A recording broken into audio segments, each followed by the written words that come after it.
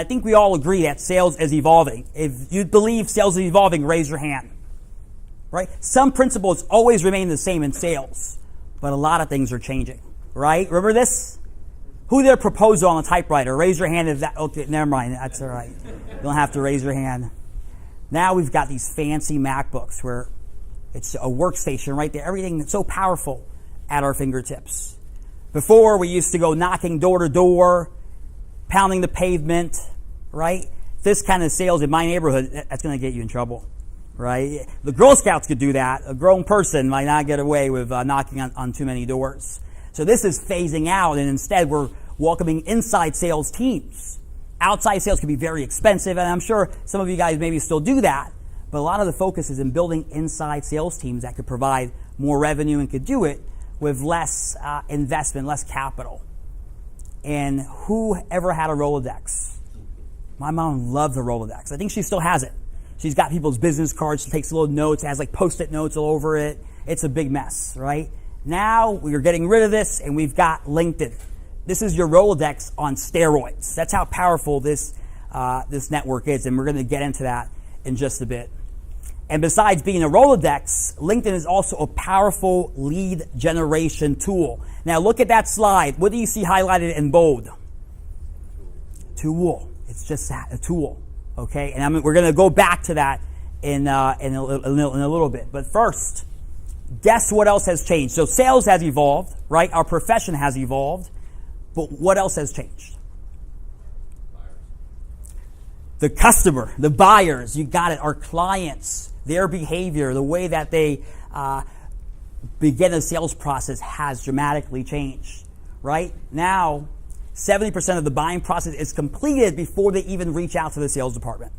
That person has gone to Google, they've done their research, they've checked out different competitors, and now, after 70% has been completed, now they're picking up the phone and saying, hey, Kevin, I'm interested in the proposal. I'm interested in getting a little bit more insight. So these people are very knowledgeable. They have insights. They know what your competitor is quoting, and they might not give you that information on the first call, but 70% has been completed prior to that first sales call happening.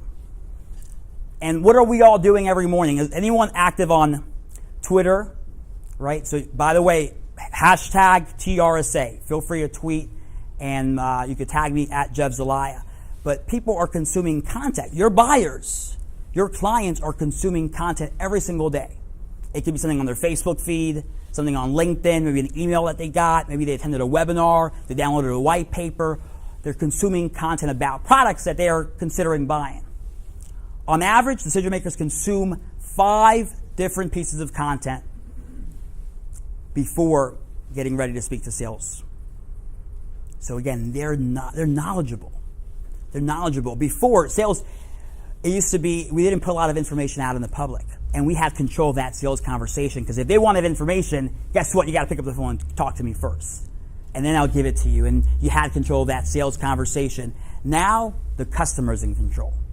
That prospect's in control. And it's scary, right? Being in a sales standpoint, it's scary. But as a buyer, guess what? You're empowered. You've got different options, and you could do your research and make sure that you make the right decision before you commit to any type of buying decision. Who here likes getting phone calls from people that they don't know?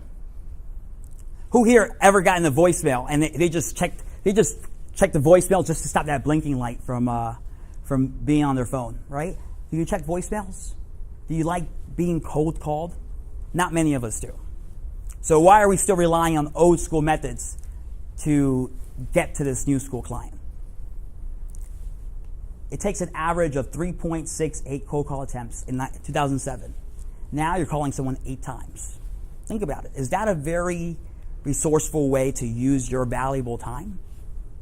Probably not. Who likes cold calling anyways, right? One of my favorite sales managers used to tell me this. He used to say, timid salespeople have skinny kids. Who here wants skinny kids? I don't want skinny kids. But guess what? It's not just timid salespeople, but salespeople that are not willing to adapt will also have skinny kids. Mark my words. If you're not willing to evolve as a sales professional and willing to embrace some of the new technology that's out there, you might have a skinny kid. And every single one of you guys in this room, you have a choice. You have a decision to make. All right? I'm going to empower you. You have that choice. You could rely on sales 1.0, which many of you have been doing, right? But, I mean, the reason you're here, you probably want to get better, right? You're looking for better ways to get sales, to increase your revenue. Or we could adapt. We could evolve. And we could start focusing on sales 2.0. So what does that mean, Jeff? I'll explain. Remember, evolve or die. This is the future. So if you've chosen to evolve, raise your hand. Yeah, let's have a party, guys. Congratulations. You are a winner, and you will be a winner. Not just here in this room, but when you get back to your business, you're going to win some business. Everyone.